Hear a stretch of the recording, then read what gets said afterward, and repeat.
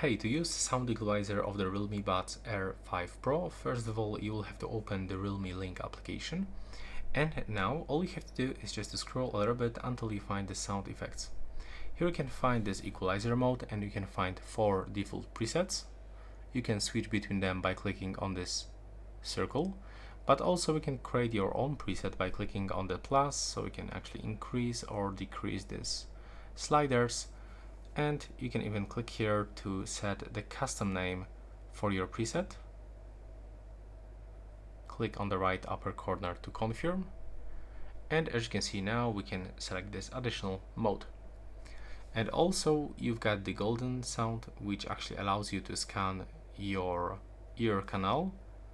And it will also perform the hearing test, so it will adjust some options.